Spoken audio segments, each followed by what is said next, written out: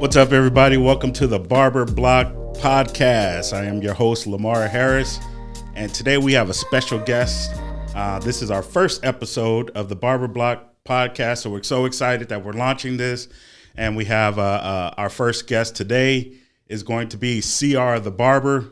How you doing, man? So I'm doing good. All right. Good. Yep, Welcome to the Barber Block Podcast. Thank you for having me. Yes, sir. We appreciate you for coming through today, and we're just going to freestyle and rock with it and just have a conversation about what's going on in your life at this point, okay? And we're going to talk about your past, the things you've been through, and where you're going. Okay. All right? And because our goal here at the Barber Block Podcast is we want to share, we want to inspire, we want to educate others, and we also want to have real barbers and have real people, real talk, right? And so we just want to make sure that we provide a platform that is delivering value to the barber community. Yep.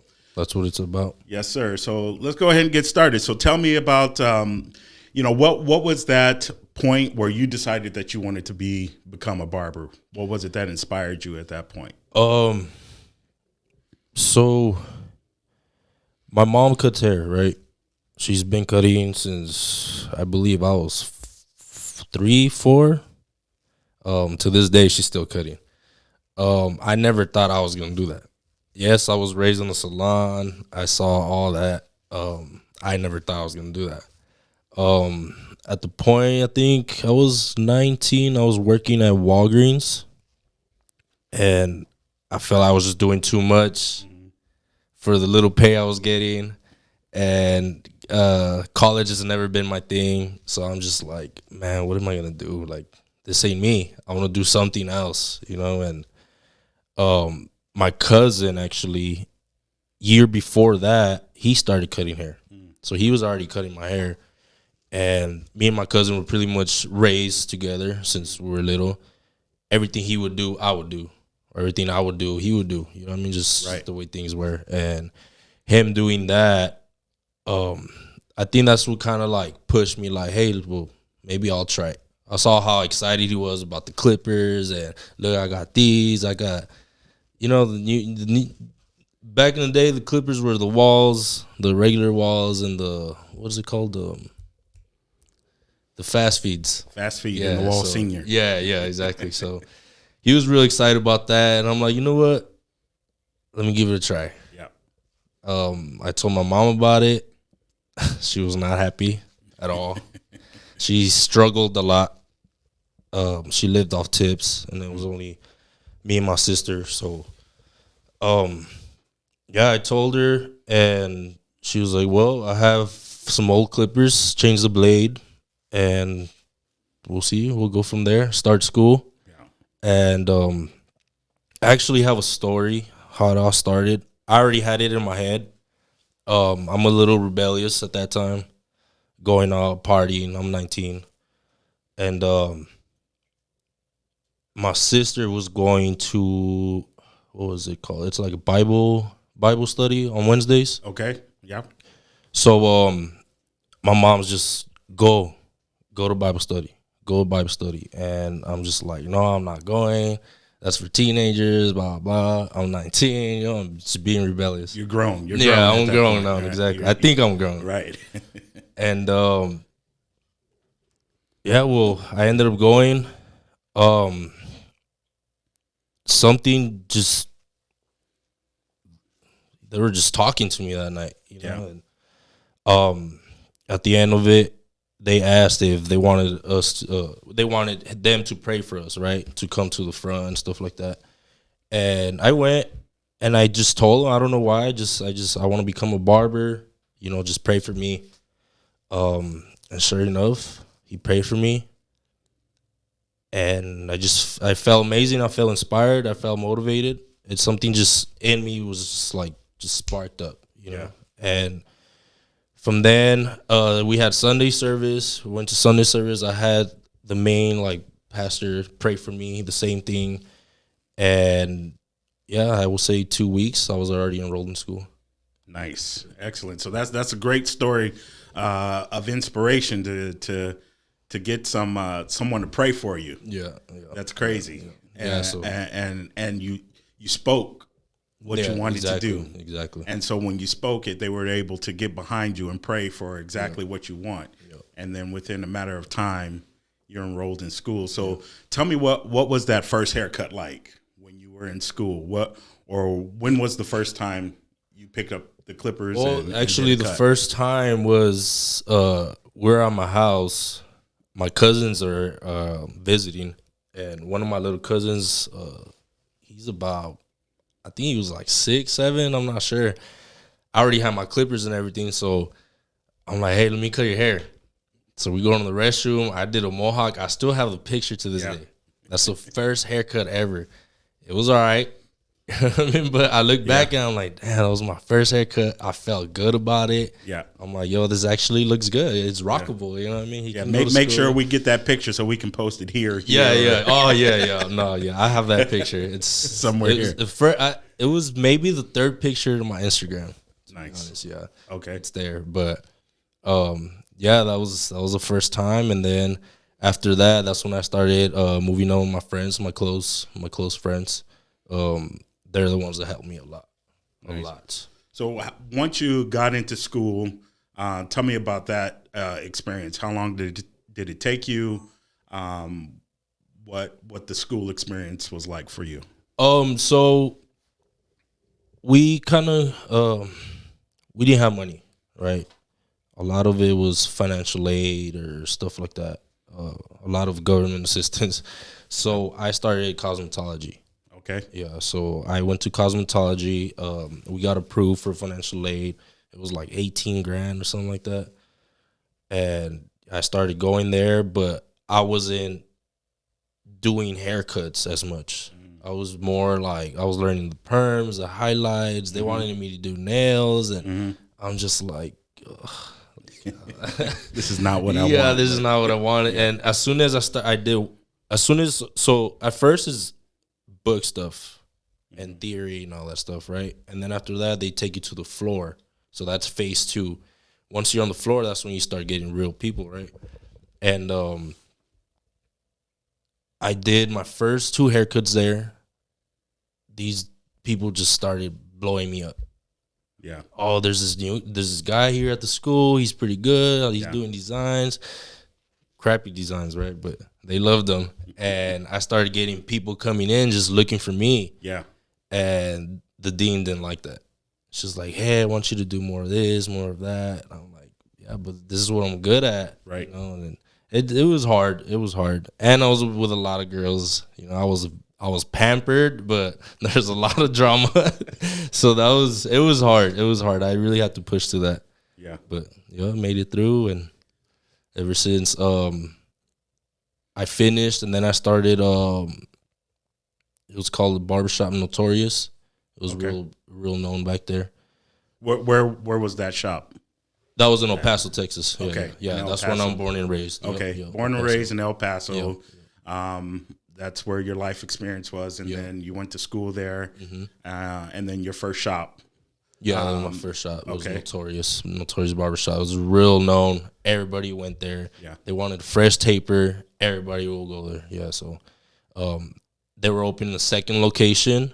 They asked me if I wanted to open it for them. So I think 3 people showed up. Only 3 people. It was me and 2 other dudes, and we just rocked it from there. Yeah, I didn't have a chair. This dude literally barely opened it. I didn't have a chair, so I had to put like I don't know what it's called, like those pellets. I don't know what they're called, those wood pellets. Oh yes, yeah. So I stacked them up, and I had my clients sit there. The clients that I did have, I had them sit there, and we were rocking with it. And it just get it done. Yeah, it got better, and sure enough, I ended up becoming a manager, and yeah, I just moved up from there. Yeah. So what was that transition like? So going from a beginning barber to where you are now, and actually, at what point did you start considering building a brand for yourself and wanting more than just to be a barber behind the chair? Yeah. So, before all this, I did skateboarding with my friends, right? when the camera came along, that's when I fell in love with creating. Mm-hmm. And I kind of put that into barbering. So what I would do, I was 19 years old, now I have proof of income, right? I would go to Rent-A-Center, right? Rent-A-Center, or I forgot the other one. It was called Red Door or something like that. And they had cameras in there that I can finance, right? Wow. Yeah, so I'll go in there, I'll sign all the papers, take a Nikon, and that's how I started, branding myself, making myself different. Mm-hmm. I would get laughed at, all that. I didn't care. My picture looked better than yours. And that was with skateboarding? Yeah, that was because of skateboarding. Is what inspired me to keep a camera with me at all times. You know what I mean? And yeah, I went from there. Like every morning I would wake up, and I was so motivated that every morning I would wake up and just, all right, what am I going to do today? I made my logo. I had some girl draw my logo, right? From there, I did my logo. I printed it out. I did stickers. I started posting my logo like on my haircuts because I already had the camera for it, so they look dope. So I will watermark it. My name, they know me as Chris Moreno, right? Okay. My middle name is Robert, so I'm like Chris Robert, CR the Barber. Okay, yeah, that's my name, CR the Barber. So everybody just, hey, CR, hey. That's just how I came up. Yeah. Every morning I will wake up and I'm just thinking like, all right, what am I doing different today? What am I doing different today? Yeah, I mean, I inspired myself. Give me that time frame so we can put it all in context, of when you started filming yourself. How many years ago was that? What year was that? And how long did you do that before you really saw or gained traction from those pictures? Yeah. So I started cutting in 2013. I would say around 2014, 2015 is when I started, branding myself more and actually getting known. I started getting better. This is truly a gift of mine. I don't know if it's because of my mom. She got them hands, Yeah, I started getting better really quick. Within 3 months, I started seeing a big difference. And that's when I started branding myself. So I started getting a lot of attention. I will have I was working at my mom's salon for a while. So there's a high school right in front. All the kids just came with me. All of them. Some of those kids are barbers now. Oh, wow. Yeah, it's crazy. You inspired them to get into the business.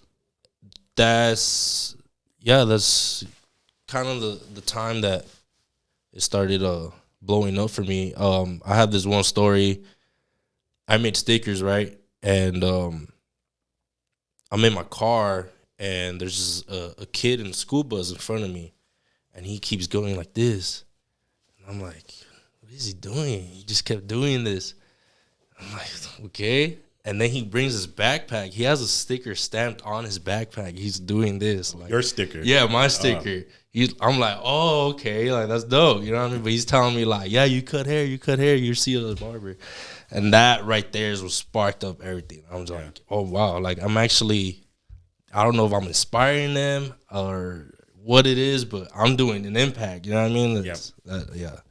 Yeah. So on your Instagram, what I've noticed is the transition from the haircuts to the fashion to now looks like you're bodybuilding or lifting, getting in shape. So talk about that a little bit. What is it that's what inspired you to make those transitions, and what do you want to get out of it, or what is it that your plan? Yeah. So I've always been an athlete. I boxed, I played football, I played baseball, basketball, you name it. I did everything. Soccer even though I sucked. But I did soccer, I did track. So the gym is something that keeps me, healthy, and I love it. I love going to the gym. It's where it's my peace. know. So I don't think that's ever gonna stop for me. Yeah. Unless I'm really, really busy, then I'll stop for a little bit, but I'll come back to it. You Right. know. So I I do that so I can show barbers, stylists, or anyone just with a busy life that this is very important. Health is very important. You know what I mean? At one point, I did go to the hospital because I was just picking at my food. I wasn't eating right. I was just picking at my food. I'm not drinking water. And I got a really sharp pain in my stomach, and I had to go to the hospital. And ever since then, I'm like, you know what? You're going to have to wait. I'm going to eat. You know, like after I eat, I'm gonna feel better, and your cut's gonna look better. You know what I mean? Yeah. So you would sacrifice eating in order to get through the 'Cause cuts I through was the so day. You were busy. so Yeah, busy, yeah. so you just would not eat at all, and it took a toll on your health. Yeah. Okay, and so then you had to make those corrections to make sure you're taking care of yourself, because you know when you get busy, that self-care kind of goes out the window. Yes, exactly. Yeah, and It's I understand very that. important. And so you talked a little bit about your piece, and that the gym was your piece, right? So Yes. that's sort of when you come from behind the chair, the piece. For me, my piece is going hiking. I like going to the outback, that's dope. to the back country, love and hiking going too, behind yeah. the mountains where there's nobody and just be in peace, Yes, you know? So I understand that.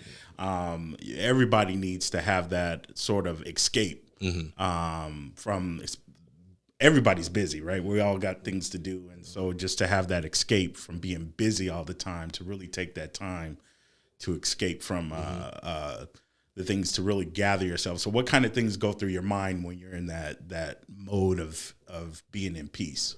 What are you thinking about? I think a lot. I'm one of those that I'm always in my head, just thinking like, what's next? What am I doing wrong? How can I be there for my family? You know, it's a lot of things that go through my head. But since I'm at peace, you know, I it's the time where I just stop myself, where the world just stops for me, and I'm able to concentrate and focus more on, okay, let's get this done. Let's balance this out. We'll do this next time, you know, we'll do this better next time, you know, stuff like that. It's pretty much what goes in my mind. It's, I don't know, it's different. Yeah. Because I'm very, I have to be moving. Yeah. I have to be moving. I can't be sitting down. I'm always shaking my feet, you know, my leg. I just always have to be moving. So Constantly moving, constantly yeah. thinking, what's next? Yeah. What's the next step for you, right? And so when you're in that creative zone of thinking about what's the next step, walk me through your process. What are you thinking about? What is it? Is it a particular theme you're trying to improve, or is it are you just trying to show your life? Or tell me about your creative process. So when I'm trying to get creative, I either go hiking, like you like doing. Yeah. I'll go hiking. I'll go to the gym, or sometimes my son's still in Texas, my 7-year-old. So when I'm driving that way, it's peaceful. You know what I mean? 6-hour drive. I like to just think about everything. I'll get on Instagram too. I'll get inspired by people. You know what I mean? That's one of my biggest things. I don't like to copy people, but I'll get inspired by them. Add my own twist to it. Right. You know what I mean? Instagram is a big way to get inspired. Just make sure you follow people that are going to inspire you. Right. You know what I mean? Don't follow people that are, you know, out drinking and smoking and posting guns. And Right. You know what I mean? Yeah. Be careful who you follow on your Instagram. Your Instagram's supposed to inspire you and get up and do something. Right. You know, and Instagram helps me a lot. Just being by myself helps me a lot. When I edit my videos, that's big for me. I go in this little world, and I'll be editing for 8 hours straight. Wow. And not even like think that it's 8 hours. You know, Yeah. I'm like, oh man, it's been 8 hours. I've been awake for this long, but the editing is, I love, you know, just being creative. You know, I just love being creative. So what so far, what has been your favorite sort of creative or piece that you've made? What's been the favorite? I think when I got into the reels, Mm-hmm. that really brought it out of me. Okay. Yeah, I think the reels is what really brought out. I always like doing videos and stuff, like slow motions type. So when we did the reels, that's what really, like, people start showing me love. Like, yo, that video was dope. Yeah. Like, you're good. Why don't you get paid for that? Why don't you do reels for the barbers? Charge them $50. Yeah. And I could, you know, but the editing is what's hard. Right. Yeah, that takes a lot of time. Yeah, it takes a lot of time. Well, I'll tell you, my wife is a fan. She follows you on your page, and so she loves your style. And that's good. You know, I'm a little jealous, but that's okay. Nothing like that. Yeah. No, but it's all good. So you have some fans out there who are not barbers. She's in education, and so she likes your style. She just follows you because one of my sons, you remind her of his style as well. Okay, so she's like, okay, I can see, you know, those the similarities. And so when you're tell me, just give me a day in life of CR. How does your day start? What do you go through, and then how do you end your day? So it's a little different now. I will say it slowed down a little bit because we have the second shop that just opened. We have 2 shops out here. I'm not the owner of Trendsetters because I keep getting asked that. I'm not the owner. I do run them. Okay. I do run them out here. That's why I'm out here. Okay. So you moved here from Texas to run the shops. To run the shops here. You started a franchise. Okay. And second shop open. It's already been 6-8 months, around there. Yep. So I'm a little stressed. I'm a little less stressed. So right now, I'm back in my routine. I wake up 6 a.m. I'm at the gym by 7, and then hit the gym for like an hour and a half. Come back, get my shake in, get ready, go to work. I'll do about 4 or 5 cuts now. You know what I mean? Nothing crazy. Not like back then. I used to do a lot of cuts to get $200. I think I worked myself up to be able to be comfortable with 4 or 5 cuts a day. Yeah. So I'll do that, and sometimes I'll pick up my lady from work. So I have my car on Turo. Okay. That's another conversation. Sometimes I don't have, most of the time I don't have my car. Okay. So I have the truck. We only have 1 car right now. I'll pick her up and we'll go grocery shopping or, things that we have to do and just spend time with my family. And that's literally my routine right now. Nothing crazy. Yeah. It's like that right now before I start getting creative. Okay. Because once I start getting creative, that's when I will not stop. Yeah. I'll start thinking about showcase, barber battles, and where am I going to go next, and podcasts, and all that stuff. Yeah. So, right. Yeah, it's getting there. So all the creative things are getting ready to happen. Yeah. So as far as when we talk about barber battles, education, and things that you've done, so kind of give us a little bit of your background on that. At what point did you start competing? When was your first competition? Oh, wow. My first competition was actually 2013. Nice. I was months into cutting. Yeah. Not months, maybe like a year. Okay. And we had I was working at Versatile Fates. They gave me a shot there, an opportunity. That's one thing about opportunities. If you give me an opportunity, I'm going to take it. I'm not going to say no. Okay. If it makes sense, I'm going to take it. Right. You know what I mean? So that's one thing for these young barbers. If you get an opportunity, just take it, bro. You're going to learn from it. You never lose from it. So anyways, I took the opportunity. They hyped me up so much that I was getting good because they were hyping me up so much. And One of the actually the owner, he was gonna be a judge. I forgot what it was called. I forgot what the barber battle was called, but it was actually hosted by A-Rod, Papito Bless Hands, Jay Mangers was there. They had Los Cut It there. They had Mr. Official.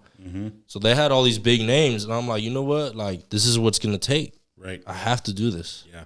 I have to do this. And sure enough, I entered in I think it was a mohawk design or something like that. I did a twisted mohawk wrapped around the head.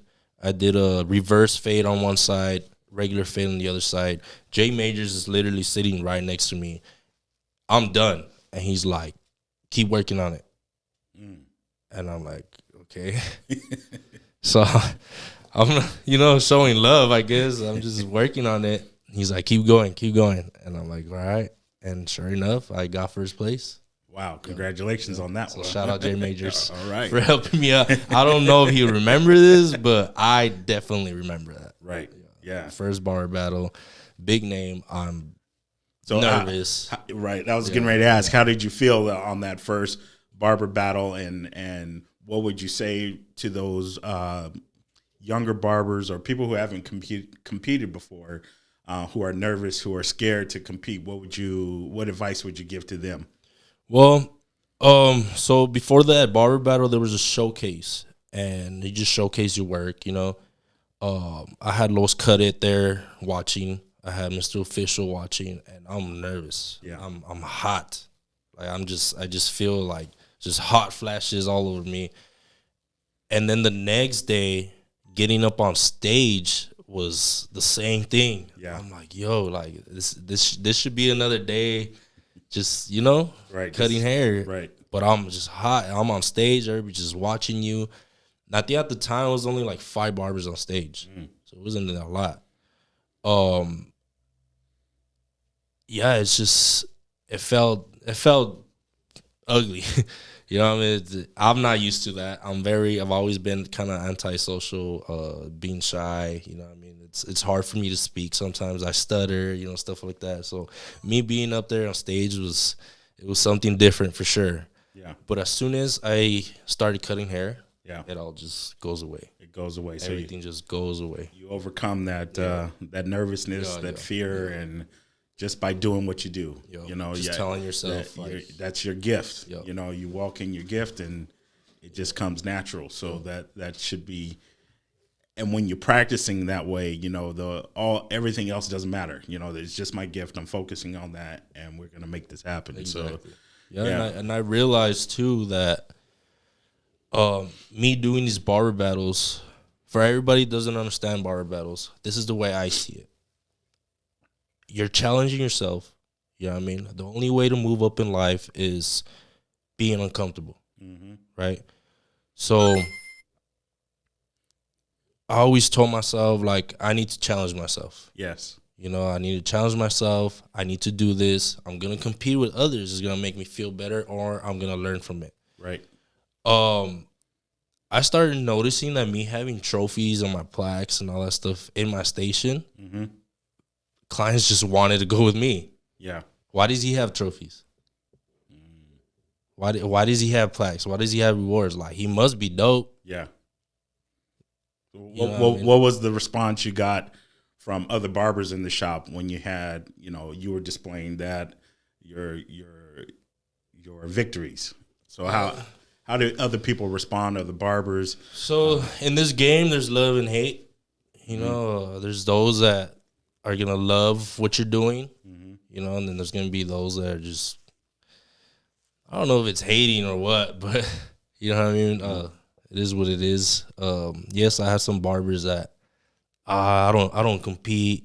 I just do this for my clients, blah blah blah blah. And I'm like, okay, but like, that's you, bro. You know what I mean? Like, I want to compete. I want to challenge myself. I want my clients to brag about me. That's one big thing for me. Like, I want my clients, we brag about Gucci, we brag about Louis, we brag about. I want clients to look at me like that. Yeah. Like, yo, my barber got awards. Yeah. My barber will hook you up, bro. I promise you. If he doesn't, I'll pay for the haircut. You know what I mean? Stuff like that. Yeah. Like, that's what I always wanted, you know? And Yeah. it worked. Yeah. You know, it really worked. To this day, it's working. Nice. Now, where did you have any fallouts with anyone or anything like that over your, you know, over your growth, should I say, you know, over your elevation, because they see you, you know, you're climbing and you're going up and and things like that. And so how do you handle that? You know, from the first time to, I'm sure there's been a few times since then. So what was the difference? Back then, I was a hothead. So when things like that would happen, I would give them the energy, you know? Yeah. And like, dude, I'm trying to help you out. You know what I mean? I want to grow together. Like, why, you know, why are you hating? Why you, whatever it is. So yeah, we will fight. And yeah, I had a lot of fallouts. To this day, I still do. Yeah. You know, but now that I'm more grown, I'm more wise, it's like, I'm still going to do me, bro. I'm going to do me. I'm going to move up. I'm doing this for my family and myself. Like, you either coming with me or not. You know what I mean? It is what it is. Right. Yeah. So how many people do you have in your circle? What does your circle look like? I think it's my family and maybe like five good friends of mine. Yeah. You know what I mean? And are these new friends or these old friends? Well, I have my old friends. My old friends that actually helped me get where I'm at, where I was messing their haircuts up and all that. Yeah. They're here actually. Nice. He moved out. I would say he's been here 6 years. It's gonna be about 3 years now. Yeah. So he was already out here. He just kept telling me like, come out. And now he's doing it big. He's got his own clothing brand. It's called Apologize Later. Make sure to check that out. I can really call him one of my close homies. Okay. Like, we're always just talking about what are we doing next? Yeah. How can we do this? You know, just giving each other advice. He's one of my main ones. I got a couple back home. And just pretty much my family, you know what I mean? I got my girl out here. She finally came out here. She's been out here for a year now. So yeah, I keep it simple. You know what I mean? Avoid the drama, avoid the bad energy. I came out here to Arizona. I learned a lot about meditation and just loving yourself. Yeah. I even got it tatted on me. So love yourself. Yeah. Love yourself. Yeah, I love that. I love that. And it's you come first. Yeah. You know what I mean? Yeah. You come first and yeah. So with the two shops, are you at both shops, or do you go back and forth, or are you at one in particular, or how does that work? So right now I'm cutting off the second location. Okay. And where is that location at? This one's in Mesa, Arizona. Yep. Okay.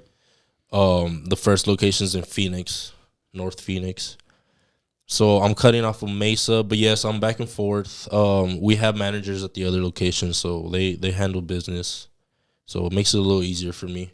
You know what I mean? But I did bring it up. That was probably the hardest thing ever. I had no friends, no family, no clients, no nothing.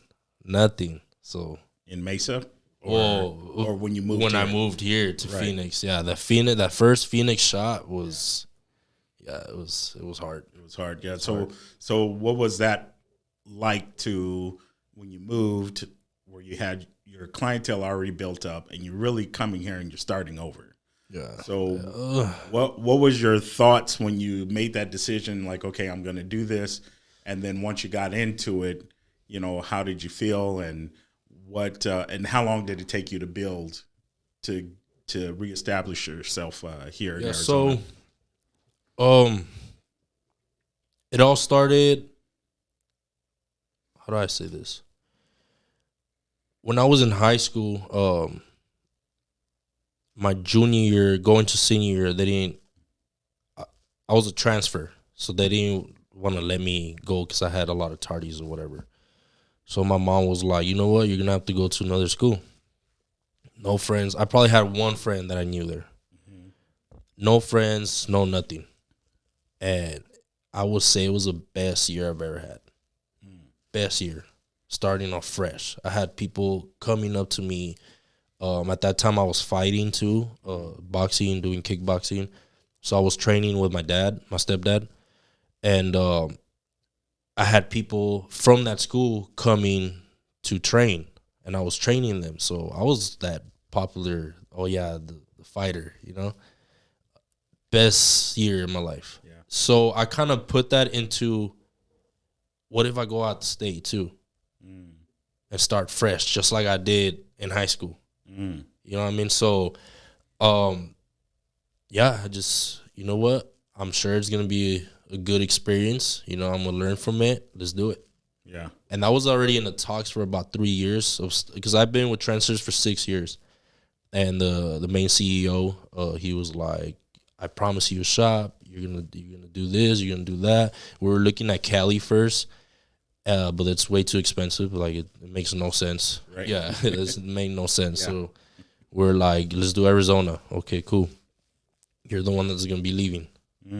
All right, let's do it. Finally, it came. We're supposed to move during COVID, but COVID happened and it shut down everything. Yeah. So we did it right after COVID, and it was still, we still have to be wearing masks, and people still will call, what are you guys' precautions? And I'm just like it was frustrating. Yeah. I was there sitting down all day, no clients. Like, it was hard.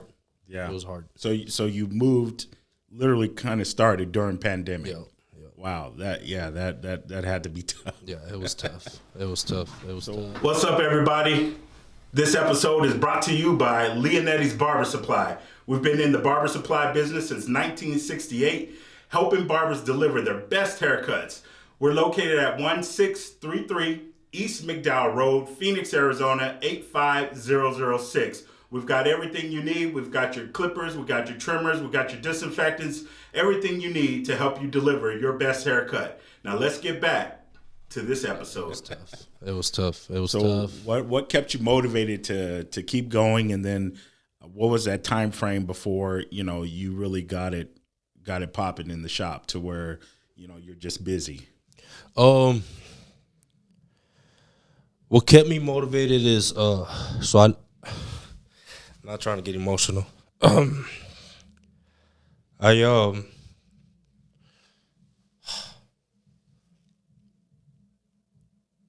My bad. You're good, man.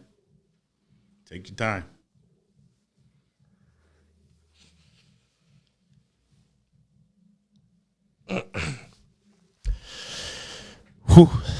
So I left my family back home. Sacrificed a lot. No, I would say that's what keep me motivated. We got some tissue. Yeah.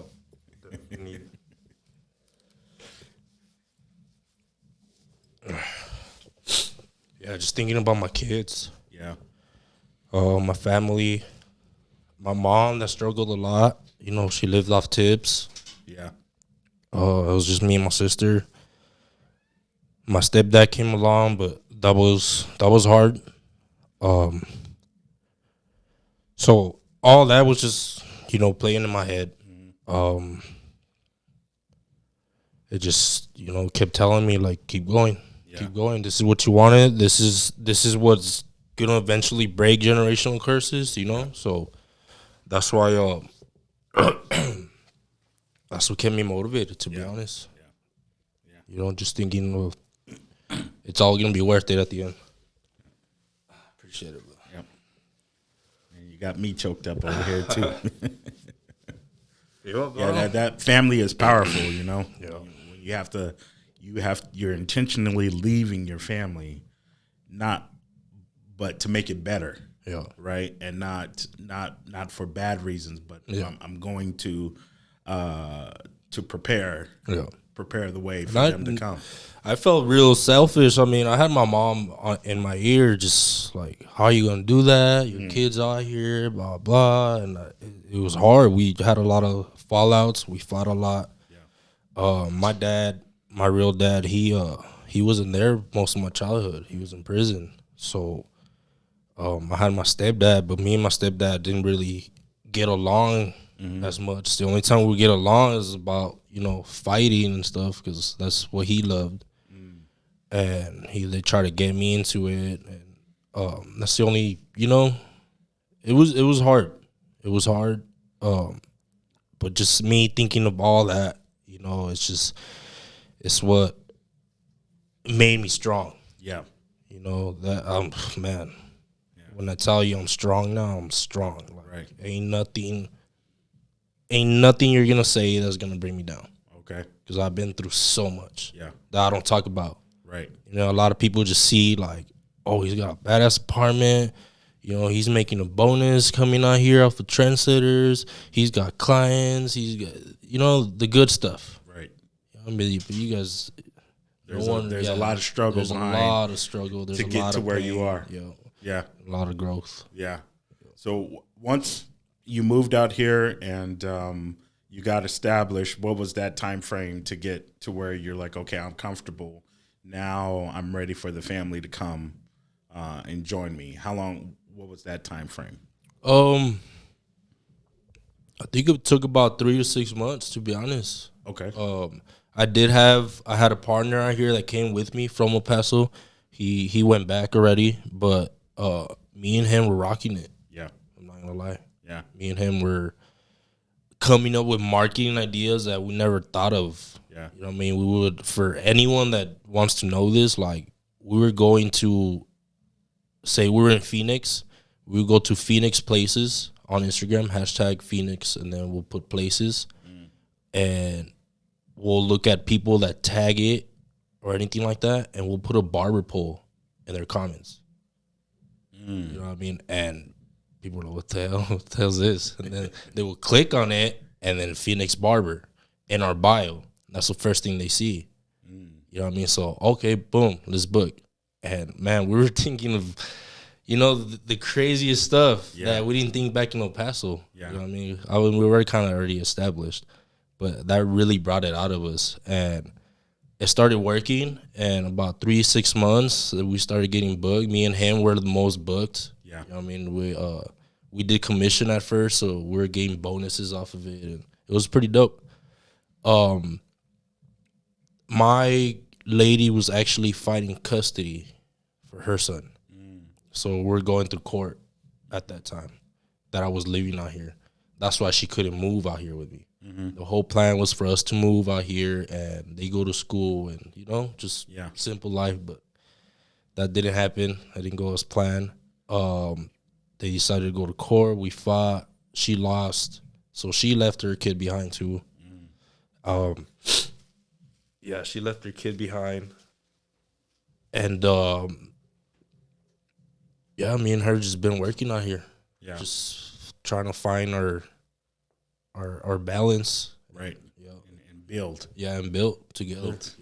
That's great. Yep. So where you are now today, what can we look forward to from CR? What's coming up next? It's hard right now. So back then, I didn't know nothing about business. I come from a business family. My grandpa owns his own construction company.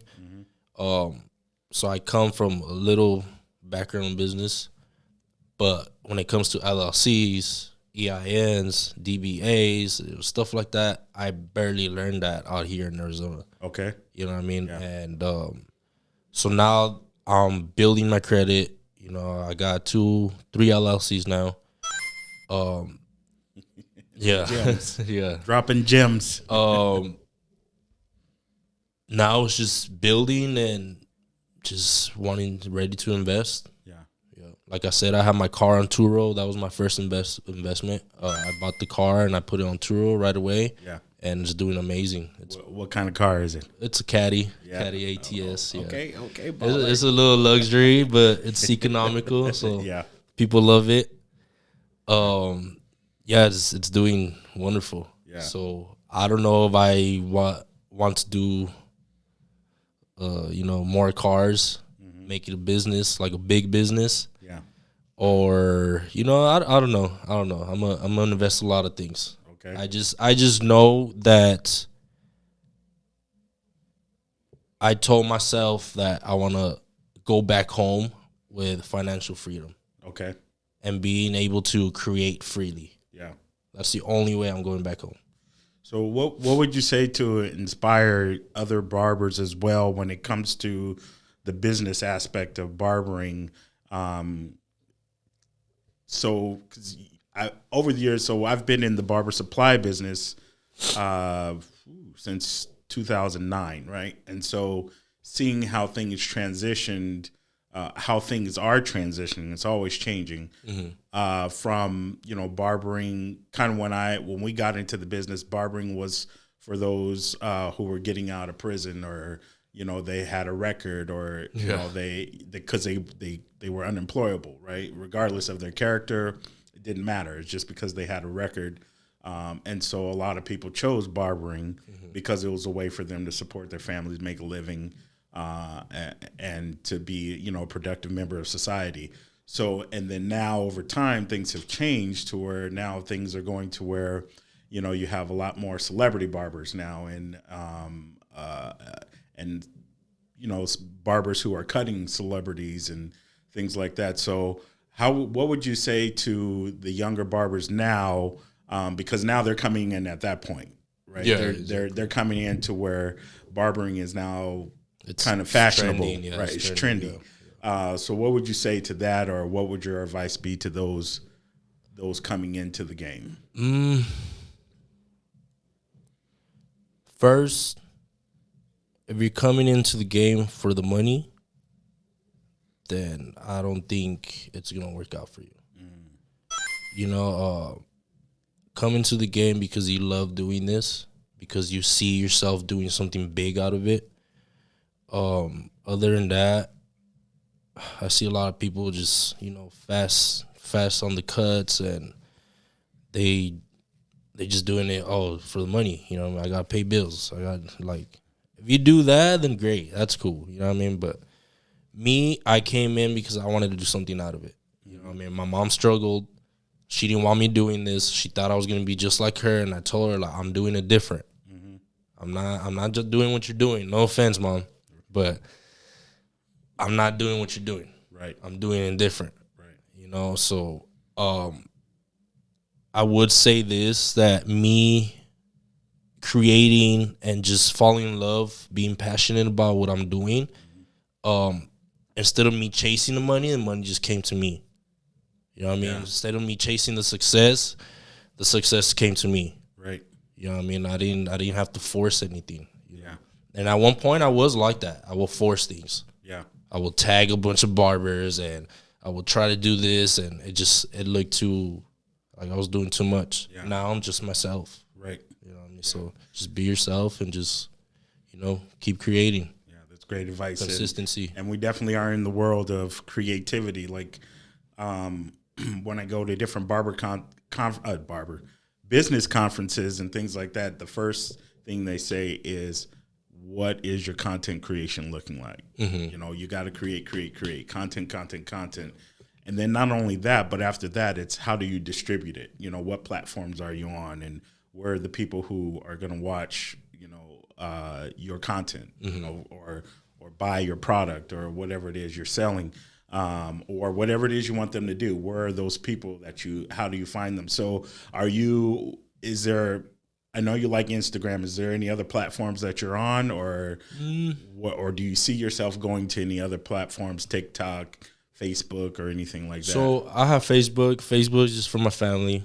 I don't really post a lot there, just to keep up with family drama, to be honest. TikTok, I am going to start pushing it more, because TikTok is helping a lot of influencers, a lot of creators. Instagram is one of them. It's one that blew up for me, so I keep a lot of my content there. YouTube, I do get a lot. I get asked a lot, like, "Hey, when are you doing YouTube?" So even me and my girl, like, "Hey, you guys should do YouTube." I will watch. Yeah, you know what I mean, from people that aren't even into barbering. You know, and I'm like, okay, maybe we'll do it. Yeah. Start doing vlogs, and we'll see where it goes. The thing here is that I'm trying to show my everyday life. Yeah. Like, yes, I do cuts. Yes, I do fashion. Yes, I do, gym and stuff like that. But that's my life. Right. You know what I mean? Like, barbering gave me that. Yeah. And now that I'm older, now I'm doing other stuff. I'm investing in other stuff, and I'm not where I want to be, but I'm comfortable. Right. So now let me show you my life. Gotcha. And now, and I've seen you've done some classes, some instructing. Do you see yourself doing more of that? Yes. How do you feel about that? What do you like about the teaching or the education portion of educating, that was always something I wanted to do. I love teaching. My first one was actually the AZ Barber Expo out here. He asked me, hey, you want to be mic'd up, be on stage? Man, like I said, I was nervous. Yeah. It took me a while to respond. Yeah.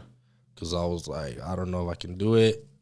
But I was like, you know what? This is a challenge for me. I did it. You know what I mean? It went well. I think it went well. I loved it. So I think I'm going to continue doing that. Yeah. You know what I mean? Just right now I want to focus on myself first. Right. And then we'll start pushing that again. Gotcha. And are there any big platforms that I know you're focusing on yourself, but you still got to be thinking further down the line. Is there any big platforms that you like, man, I wish I could be, or I want to be on this platform? Or Oh, yeah.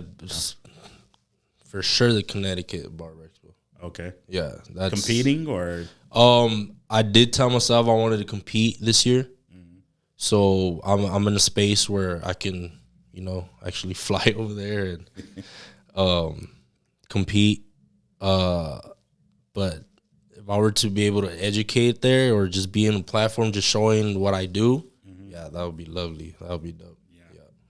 Yeah. And as far as networking, what is your approach to it? How do you meet people? Are you waiting for them to come to you? Do you go to them, or how do you reach out to people?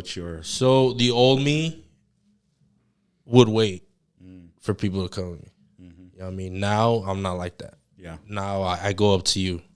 I go up to you. I introduce myself. I'm way different now. So yeah, the old me was very in a shell. Yeah. Now it's like, you know what, like I need to go talk to them. Right. I mean, they need to know what I do and where I'm at. Yeah. So now I just approach people. I can keep conversations now with people. Yeah. I used to not be able to do that before. So yeah, my networking's gotten a lot better. And what sort of opportunities have come out of the network space for you? One is my clientele got bigger just because of that. We will go out. I mean, I was out here by myself, so we will go out a lot. And as we were out, we would talk to everybody. You know what I mean? So that brought me a lot of my clientele. Me speaking up and asking questions is what gave me the opportunities I have now. When it came to Turo, LLCs, stuff like that, credit, me asking the questions, me asking for advice, that's what got me all that. Yes. You know what I mean? Before I used to be scared of doing that. Or my pride would take over. That's a big one right there, pride. Yeah, pride will take over and like, nah, I don't want him to think that I'm doing this because he put me on and like, man, you know what I mean? Forget all that. Yeah, like ask questions. If you know that this dude knows more than you, go ask him a million questions. Yeah. Just go.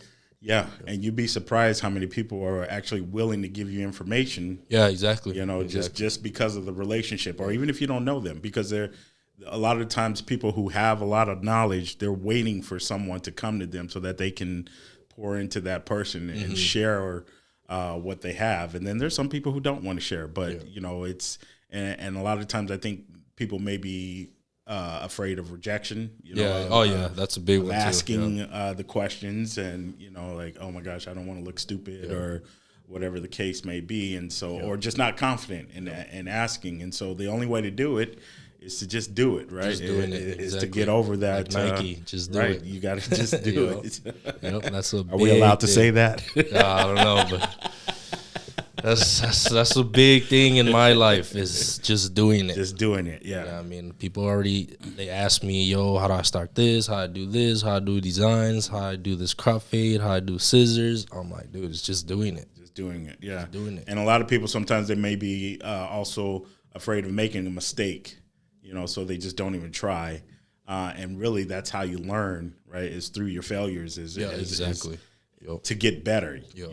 You're never going to, starting this podcast, we're probably going to be terrible at first, right? Yeah, but yeah, over exactly. time, it's going to get better and better and better and better, and you'll see the improvements, new equipment, new backgrounds, new sets, whatever, comes of it. So it's really about just getting started. Being consistent and just being patient. Yeah.